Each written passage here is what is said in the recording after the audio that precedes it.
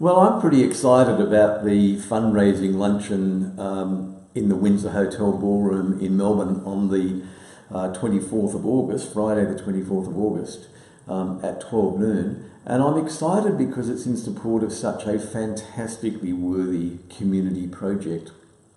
The Alma Doepel restoration, which has been taking place now for many years with a veritable army of volunteers, some very highly skilled maritime craftsmen and others just people who are happy to donate their time and their energy and their expertise, whatever it is, whether it be financial or in terms of PR or in terms of literal physical hard yakka. This group of people works under the direction of the restoration manager, Peter Harris, and we'll be interviewing Peter on Agenda for Life next week. But briefly now to speak about the actual fundraising luncheon itself. It will be an amazing event. The guest speaker is the extraordinary Sandra Pankhurst. Her life story is amazing and inspirational. She is a transgender person who's literally changed her sex biologically. So as a boy, he was terribly abused. And then later on, as an adult woman, Sandra experienced rape. But all of this has simply fed into her appetite for life, an indefatigable idealism, optimism, and a desire to help people and to contribute to her society. And she's an amazing speaker. Additionally, the event itself is hosted by Peter Hitchner, Channel 9's Peter Hitchner, and as we all know, he's a terrific, entertaining speaker, a most affable, genial and genuinely generous human being. Now, one of the auction items being auctioned in association with the function is a tour of the Channel 9 studios personally conducted by Peter. But there are also many other wonderful auction items, and these can be bid for literally through the luncheon itself or separately by putting in a bid by contacting the Alma Doepel Foundation. One of the most exciting of these is a birth on the young endeavour. I think everybody realises that Alma Doepel herself is arguably the finest three-masted sailing ship, schooner, possibly in the world, but certainly in Australia. She's got a most distinguished history, including as a troop carrier in World War II, plying between Brisbane, Darwin and the literal war front in Papua New Guinea and New Britain.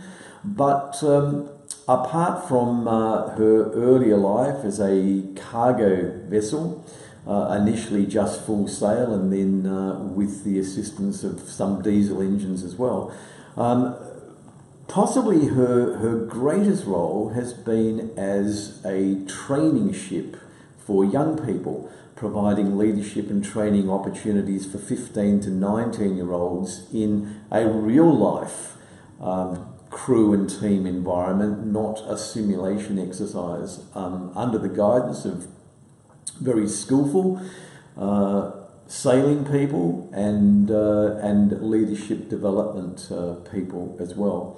And this is the main role that's envisaged for Alma once she's back where she belongs, sailing the deep and wide oceans around Australia. Now, the Young Endeavour, which is a magnificent sailing ship, you'll remember, was given to the Commonwealth of Australia as a gift from the United Kingdom at the time of our bicentenary. And a birth on the young endeavour for a leadership and training experience over many days. That is worth about $8,000. It's not inexpensive to run a not-for-profit sailing ship, which the Young Endeavour is. So there's an opportunity at auction to enable a young person you know in your school or your university or your club, association, organisation, to be able to support that young person to have a life-changing leadership and teamwork development experience on the Young Endeavour.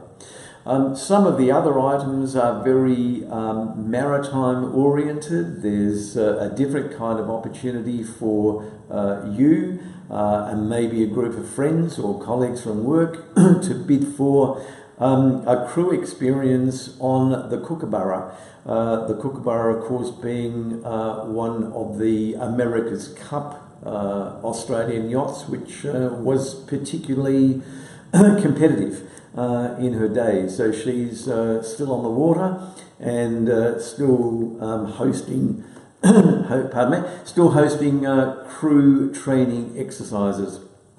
And for somebody who'd like a somewhat more sedate but still exhilarating water experience, there's the opportunity to bid for a time spent on one of the Port of Melbourne's tugboats.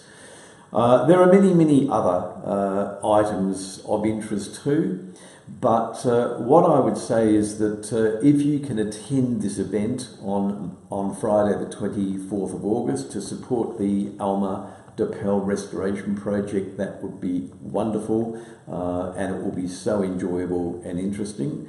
If you're unable to attend, or if the price point is a little bit beyond what you feel that you can extend to, then any donation, large, medium or small, to the Alma Doepel restoration will be really helpful. It will be put to great use, and I can't wait to see Alma back in full sail, and I think that the lunch is going to be a great way to significantly contribute to that being possible.